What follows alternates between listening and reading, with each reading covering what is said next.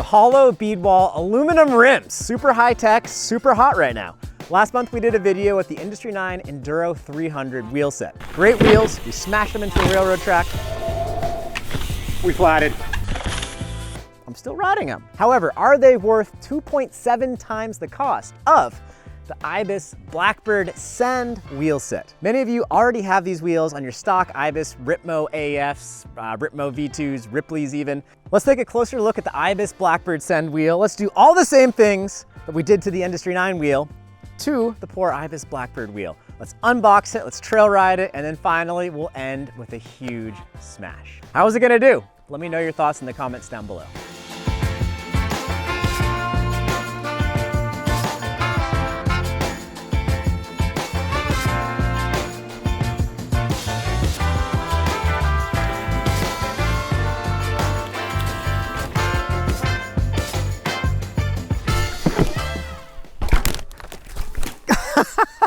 This is a very pertinent time to do this because I just did a review of a very similar wheel set. These are the Industry 9 Enduro 300s. I've even got the proper stickers for them right here that I haven't had a chance to stick on yet. Am I a sponsored Industry 9 athlete? Not really at the moment. So the sales in the bike industry have really slowed down in the last 6 months, and I've seen sponsorships evaporate more or less. But I really like the whole crew at Industry 9, and I'm a big fan of their products, so I'm totally stoked to keep running it for as long as I can. Luckily, Jensen USA, these guys here, they sell a lot of Industry 9 product and they help me out quite a bit too. So I do have a relationship with Industry 9. I do have a relationship with Ibis. I used to work at Ibis. I used to be a sponsored rider. I'm no longer a full-time sponsored Ibis athlete in any capacity in this day and age, but I was able to finagle my way into a Ripmo AF. If you've watched my Ibis Ripmo videos, you know I love that platform. And they said I could have that frame as long as I did a video about these wheels. Very long-winded way of explaining where we were and where we are now. And these wheels are very comparable to the Industry 9 Enduro 300s that we just did a video about. Both of these use hollow bead walls, which is very rare with aluminum rims. And the bead walls are also quite a bit wider, which kind of like a carbon rim, makes it a much more blunt impact on the tire when you do bottom it out in a high compression instance. Let's grab our knives and cut safely away from ourselves and check out the Ibis Send wheel set here. Got a weed knife. Blackbird Send. I'm not sure what the deal is with the Blackbird reference. Isn't that like a helicopter or like a Beatles song or something? These look promising. These are very asymmetrical. The Industry 9 rims are like 2.5 mils asymmetrical. These are probably like 4 mils off. Maybe it's also 2.5, but very similar. Ibis logo hubs. Ibis has been running various iterations of these logo hubs since back when I worked at Ibis. So are they as fancy as the Industry 9 hubs? No. However, they have been tested over the last 15 years out in the field, and they're pretty decent hubs. Reliability-wise, I don't know how the current generation is doing. The old ones ended up getting pretty okay after a few different free hub iterations, so the hubs should work fine. So if we're gonna be fair to Industry 9, we're gonna have to do the exact same test that we did on the Industry 9 wheels on the Ibis wheels. I'm kind of sad to swap off these i9 wheels because they ride really nice. They're quite stiffer than you might expect from aluminum wheels.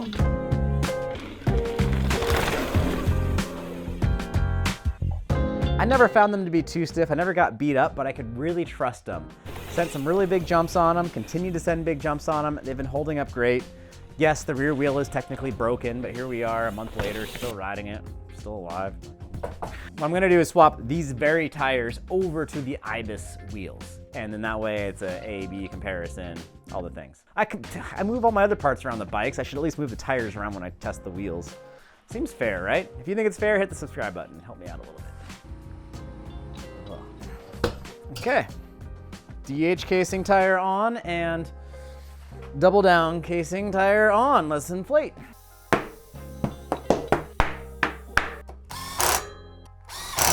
Rear wheel done. Cool. This gauge right here flexes the spokes over a little bit and it measures that deflection on a number right there. Once you've measured the thickness of your spoke and you've consulted the conversion chart, it lets you know how much force each spoke is carrying, basically how tight each spoke is. When you have a tighter spoke, it can't flex as much, and usually it's a stronger, stiffer wheel. If you go too soft, you can notice that wheel wobbles a lot. You'll get all kinds of scratches on your chainstay. So our tensiometer says 15, 15, 16. So generally, drive side is at about 15 on the gauge. 15 on the gauge, we can convert that to the actual force measurement. 1/6. So 1/6 at 15. So we come down here on the deflection reading. Steel round 1.6. So we're at 80. That seems very low. 80 kilograms of force on the drive side, spoke tension. We could check an I9 wheel after it's been completely destroyed. It's about 2.5. So let's check these with the TM1. Holy cow, we're at 28. 20, 31. This wheel is actually destroyed, and about 28. So about 28 on here. So let's look at our thing. The gauge doesn't even go that high. So that's like, they're probably over 200 kilograms per force.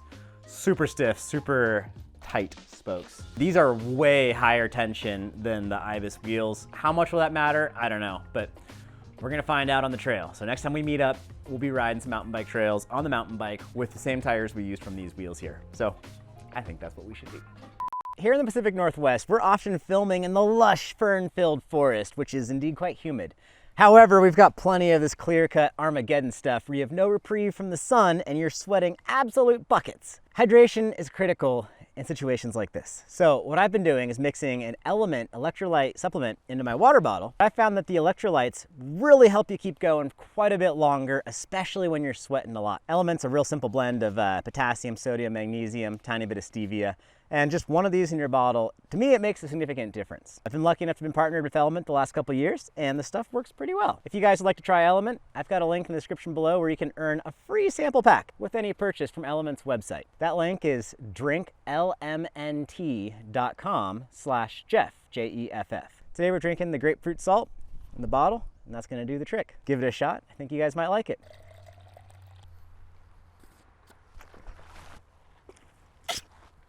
Stay salty, everyone. Let's get back to the trails.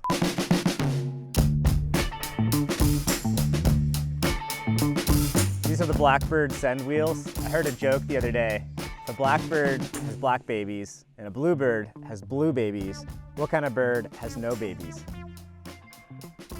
A swallow.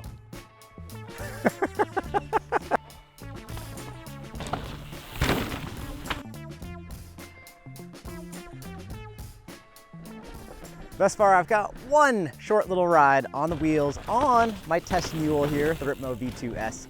So today, we're gonna put some more miles on these wheels, really kind of put them to the test, try to smash some stuff, and then tomorrow, we'll do what you're all waiting for. So let's drop in and have some fun.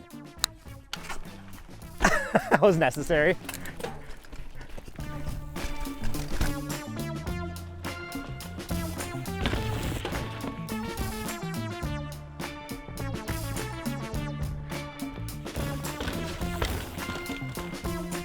So we put these Blackbird wheels into flight today.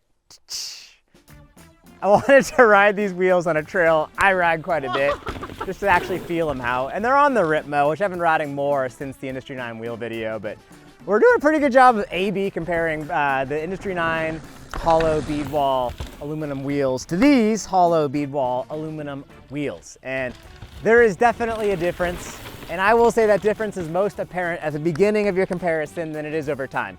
We adapt to our bikes the more we ride them, and we make a big deal about things on the internet being way better, way worse, whatever. Yeah, you might notice it a little bit right when you get done with one and get on the next, but you will acclimate pretty quickly to whatever you're riding. You'll probably have a great time. So I had a great ride on these wheels. I will definitely continue riding them for quite a bit here. I noticed at the top of the hill, they were not as stiff and not as fast as the aluminum spoke wheels I normally ride. What I mean by that, when I'm pumping through the roots and stuff, pushing into the bike, compressing the bike, I can feel these do not shoot me forward nearly as quick as the aluminum spoked wheels do. However, they're almost a third the price. So there's that. Now that said, is it a drastic difference? I noticed it. It's probably small enough that I can't even measure it, but it's a mental thing, you know? When you push in your bike and it feels fast, you're stoked. When you push in it, you're expecting it to be fast and it's not quite as springy.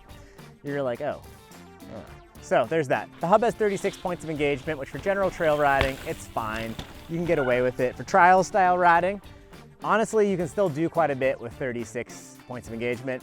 Having more, like 690 with the Hydra or even 110 or whatever with the Torch Hub, that's very noticeable. Just going from 36 to 100, that is a very noticeable difference. I'm running about 22 PSI up front, 24 in back, which is probably a little bit high for these wheels.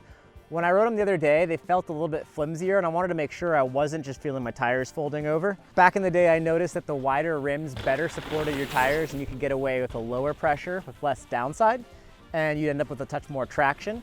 I had pretty good traction today with the wider rims. Not that big of a huge difference going between the 30 and the 35 really. One place where that extra bit is quite noticeable is when you're doing long, pointless wheelies. On a long, pointless wheelie, your balance is very much determined by how square your back tire is. The hard part of a wheelie is not balancing the tilt. That's honestly pretty easy. The hard part of a wheelie is controlling where you're going and staying in a straight line. Most people, when they tip over with a wheelie, it's falling to one side or the other. Having that square rear tire in particular helps a ton with that. My riding style is lots of just, if anything's going on, solve it, save it, whatever, by pulling it into a wheelie. Can't go wrong with a wheelie. So I do like that aspect of the wider rear rim. On the flip side, when you're cornering, pushing the bike through the roots and all that, it's almost a little bit more vague feeling because the tire is bigger, it's hitting more. I do like 2.6 size tires for really rough, more rooty, more gnarly backcountry stuff. For this trail, I'm so used to the small tires with the small rims. Going to these, it's taken me a little bit to adapt to them, but it's not a huge difference by any means. Plenty of confidence to hit the bigger jumps, tried to gap those. I kind of noticed a little bit difference of a feel between these and my regular Industry 9 wheels. So the Industry 9 wheels do feel faster. Is it a huge difference? No, it's subtle, but that gets in your head and you start thinking, ooh, fast wheels, ooh, slow wheels. And I think that difference though comes from how much flex everything has. These are a little bit more comfortable. And when I did that test between wide rims and narrower rims, I noticed on the hardtail, it was a big difference. On the full squish, it's not a huge difference in terms of immediate comfort while hitting impacts. However, at high speed, that shock is reduced a little bit. On the flip side, compressing into turns, pushing into jump faces, I don't have the same support that I had on the prior setup. And because the rims are more supportive by being so much wider, I think I'm feeling the wheels themselves flex a bit more. I think it's the spokes flexing. It can get a little bit nerve-wracking when I get just a touch off on the bigger, faster things. We don't have like bike park size jumps or anything, but these are like, 20-foot long natural gaps. So that's pretty big sized. And the wheels are definitely doing it, but maybe not quite as sure-footedly as my 3 times as expensive regular wheels. So for the price, they can definitely do it. But is there a difference? Yes. What I think we should do is exactly what we did with the last wheel set and try testing to see how pinch flat resistant that rear wheel is when it lands on a railroad tie. So let's reconvene when we have a railroad tie right in front of us. In the name of science, we must return and replicate our initial test of the Industry 9 wheels, but with the Ibis Blackbird Send wheels. So I have my launch ramp and my bunny hop machine. I built these for some Patreon riding tutorials you can find over my Patreon page, but I've got these set up in the same orientation we had for the other day with the other wheel set. Before we start smashing things, let's go ahead and do a few practice runs, then we'll double check tire pressure, and then the big moment, see how it goes. Oh, people tell me volume reducers are pointless. I disagree.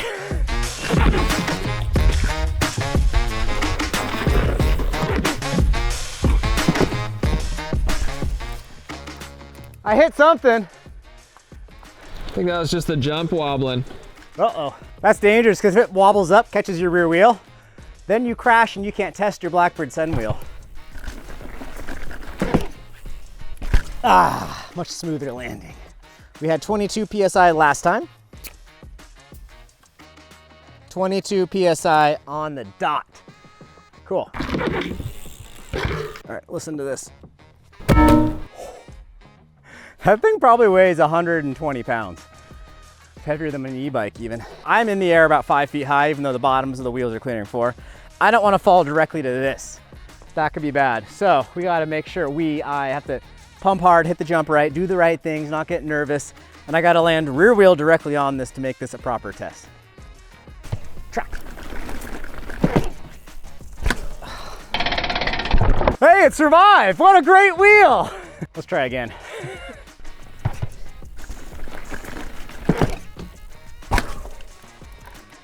Did I just hit it? I landed both wheels simultaneous. I feel like we need to hit it again because I don't see a flat tire. That's not fair to Industry 9. I think it was I landed 2 wheels together. I should have landed rear wheel first on it.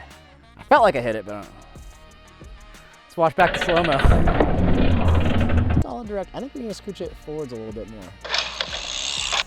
Yeah, that's right on it. The last time it was more on that face, on the uphill face, which is much more impact. So we got to scooch it forward a little bit. That was not a fair comparison. Last time was a much more direct hit. I came up slightly short last time, which was full impact. This time I kind of overcleared it. So let's go 4 inches out. Okay, try again. Yeah, we're still at 22 PSI. Did not lose any air pressure. Rear wheel first, here we go.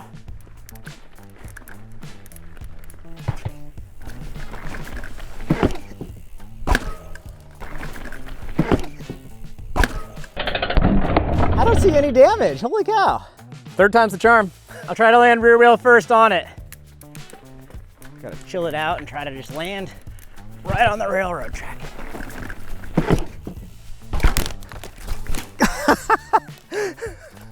I hit the railroad track.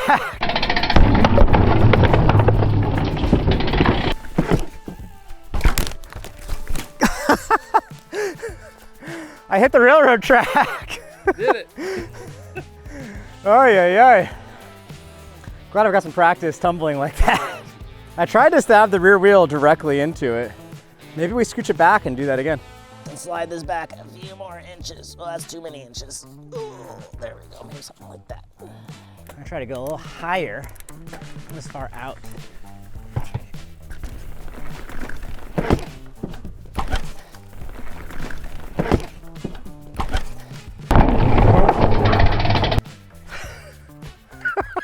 Oh no. I feel like we just got shut down. Well, wow, this wheel is indestructible. As best I can tell, there is no way on this planet you could destroy one of these wheels. I mean, that's just absurd. I figured we would definitely, on the first hit or two, destroy this thing, but I think it being that much wider gives it a big advantage in this particular test. I will say on the trail, I do prefer riding the Industry 9 wheels. They just feel faster. You pump into the bike, you push into it, and you just rock it forwards. If I spent more time on the 35s, I would get back used to them again. I used to ride 35s on all my bikes for a bunch of years there. They're sweet. Overall, these wheels have held up remarkably well, leaving me speechless. They shut down our test here. So we're gonna stop before we break our feet or head or anything like that. But big props to Ibis for making such a legit wheel set at a good price. Big thanks to Ibis for sending me this wheel set on the condition that I do a video about the wheels in order to get a Ripmo AF. That's a win-win, is it not? Big thanks to Element for making this all possible. If you haven't yet, cruise over to the drink Element, lmnt.com/Jeff, link in the description below. Anything you purchase from the Element site earns you a free sample packet. I've been really liking the Element stuff and drinking it for a couple years now. And yeah, thanks to everyone for showing up and watching. Thanks to Riley for filming. And yeah, I'll see you guys in the comments. Peace and wheelies.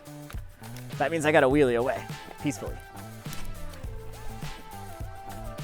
And then come back, clean up.